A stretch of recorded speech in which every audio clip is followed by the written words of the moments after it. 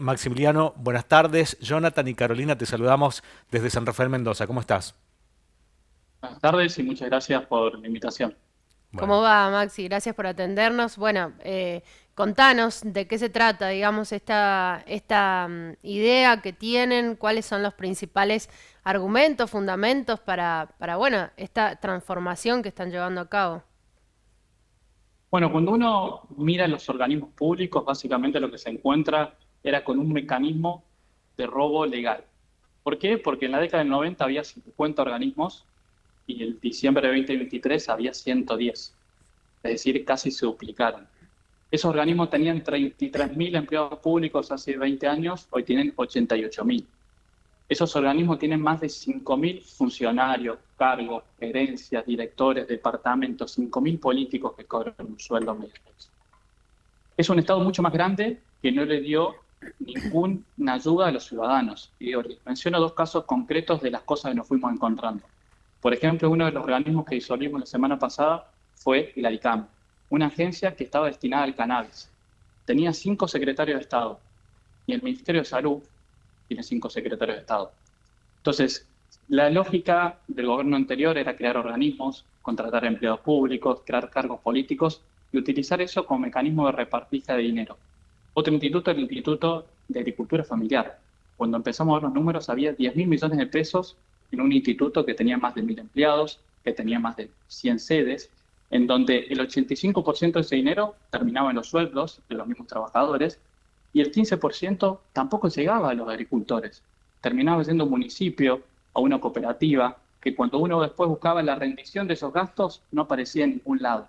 Entonces, estos institutos era simplemente una forma de hacer territorio, de hacer política, de repartir cargos, de repartir dinero, y por eso decidimos avanzar en una revisión y cierre de más de 30 o 40 organismos. Hay algunos que los cerramos completamente, y hay otros que lo buscamos es hacerlos más eficientes y que realmente el dinero vaya donde tenga que ir. Y hoy un ejemplo, digo, estando en un sector productivo como el ejemplo del INB, Instituto Nacional de Vinicultura. Cuando uno por ahí hablaba con diferentes viñedos, chicos, grandes, enólogos, nos decían, Maxi, cuando uno compara Argentina con Chile, con diferentes países productores a nivel internacional, es irrisoria la cantidad de carga burocrática que tenemos. Tenemos que avisar y hacer un inventario diario, tenemos que avisar cuando cosechamos, tenemos que avisar cuando trasladamos las uvas, tenemos que tener un registro y trazabilidad completa de cada paso que damos. Cada paso que damos le tenemos que pedir una autorización al Estado. Entonces, imaginémonos el sector productivo que tenemos en el vino, la cantidad de exportaciones que tenemos, somos uno de los países más importantes en exportaciones de vino, a pesar de todo el peso que le pone el Estado a los productores. Entonces, ¿qué estamos haciendo con el INB? Transformándolo, en donde el INB solo va a pasar a controlar la salubridad del vino al final de la cadena y dándole libertad a los viñedos para que puedan destinar todas esas horas, días, semanas que destinaban a tener que lidiar con cada trámite del Estado, a poder conseguir nuevos clientes, a poder conseguir nuevos mercados, a poder mejorar la calidad de su producto. Maximiliano, cuando hablas de esta disolución del INB y esto que explicabas también, a partir de ahora esta nueva tarea, ¿qué significa a nivel estructural disolver esta entidad? Digo, en cuanto a oficinas, funcionamientos, laboratorios, ¿qué pasa a partir de ahora con todo eso y cómo va a empezar a funcionar, más allá de esto que explicabas, ya como organismo de control final del producto elaborado? A una acreditación, el INB no se disuelve. El ARICAME, el Instituto de Agricultura Familiar, sí se disuelven y Bien. el INB lo que se hace es una transformación. Va a seguir existiendo el Instituto Nacional de Vinicultura, va a ser una dirección, una unidad que va a depender directamente de la Secretaría de Comercio por una actividad productiva muy importante para nuestro país. Lo que vamos a cambiar es cómo trabaja el INB. Va a dejar de ser una traba y va a empezar simplemente en concentrarse en lo que es importante, que es la salubridad y que el vino realmente sea genuino y no esté adaptado. Obviamente va a seguir brindando también apoyo a los productores más chiquitos que necesiten una certificación para exportación. Esos servicios van a seguir estando. Lo que se va a eliminar es toda la carga burocrática que se le imponía desde el comienzo de la cadena, cuando uno tenía que plantar la uva, hasta el final, cuando uno lo tenía que fraccionar. Todos esos controles no van a dejar de ser obligatorios y se va a controlar la calidad del vino al final del proceso productivo. Esto no fue un trabajo que lo hicimos solos, nosotros nos gusta trabajar con los productores, tuvimos entrevistas con las diferentes cámaras, con diferentes, con los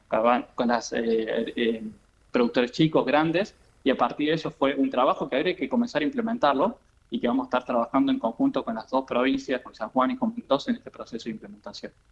¿Qué va a pasar, Maximiliano, con toda esta información que se recaudaba, digamos, y que de alguna manera son datos que aportan al desarrollo productivo y que después se generan para mejorar la cadena de producción? ¿Eso va a seguir estando presente? ¿Sigue habiendo, digamos, espacio para la investigación, para el desarrollo? Sí, creo que ahí lo importante es escuchar a los mismos productores.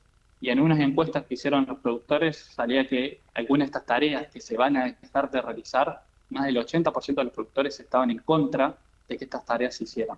Porque simplemente les generaba una carga burocrática. La información la puede tener la misma empresa, el INB la va a poder recolectar al final de la cadena, pero eran básicamente un montón de formularios que después terminaban en la nada misma. Entonces, esto no solo pasa en el sector de vinicultura, pasa en cada uno de los sectores productivos. Digo, voy a un ejemplo por ahí también más cotidiano de alguien de la ciudad, cuando uno tiene un kiosco, cuando tiene un restaurante, conseguir una habilitación en algunos municipios es casi algo una misión imposible, es una Claro. osadía. Entonces, lo que nosotros estamos proponiendo es la misma idea que estamos llevando a nivel nacional de regular y quitarle el peso del Estado al productor, que pase en cada uno de los municipios y las provincias. Y ahí creo que un ejemplo muy interesante fue el de 3 de febrero, que hizo la municipalidad de 3 de febrero. Dijo, bueno, yo voy a confiar en la persona que quiere generar trabajo, voy a confiar en el empresario, voy a confiar en el emprendedor y en la pyme.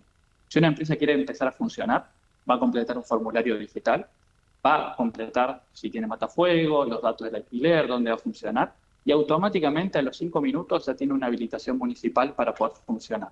Y después el municipio pasa y cristaliza que esas condiciones realmente se cumplan. Pero directamente lo que hizo 3 de febrero, cerró la dirección de habilitaciones municipales y una empresa directamente puede empezar a funcionar en el día. Entonces, eso Claro. es lo que queremos pasar.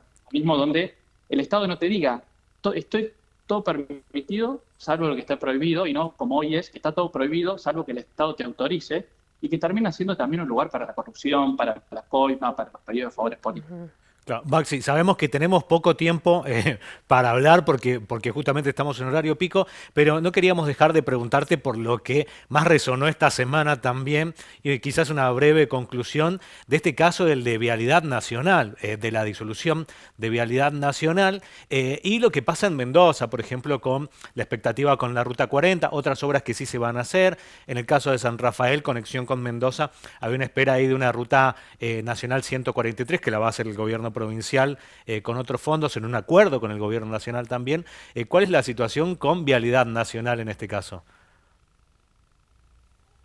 Que hoy haya rutas en mal estado es responsabilidad de que exista vialidad. Porque el dinero estaba, pero el dinero se lo llevaba la política, se lo llevaba la casta. ¿Y por qué digo esto? Porque digo, en realidad teníamos más de 5.000 personas trabajando. De esos 5.000, más de 1.300 eran personas con protección o tutela sindical. De esos 5.000, había más de 1.500 cargos jerárquicos, funcionarios, políticos, directores de gerencia, departamentos, que con el fin de territorialidad se repartían esos puestos. Entonces, el dinero estaba, pero no terminaba en las rutas. Lo que vamos a pasar es un esquema mucho más eficiente, en donde por un lado hay 10.000 kilómetros que de acá a fin de año se van a concesionar para empezar tareas de mantenimiento y mejoras en cada una de las rutas nacionales, y el resto de los 30.000 kilómetros que van a quedar en responsabilidad del Estado Nacional. Lo que se va a comenzar es un proceso de tercerización de las tareas de mantenimiento en el sector privado. Porque ¿qué descubrimos? Dada la estructura de vialidad, que cuando vialidad hacía una tarea nos costaba el triple de que cuando el Estado contrataba un privado para hacerlo. Entonces, esos ahorros, esa reducción, nos va a permitir casi destinar entre 80 y 100 millones de dólares por año adicionales al mantenimiento de las rutas. Es dejar que ese dinero sea repartido entre la política, entre cargos, entre sindicatos y vaya realmente al fin que lo necesita. Bien.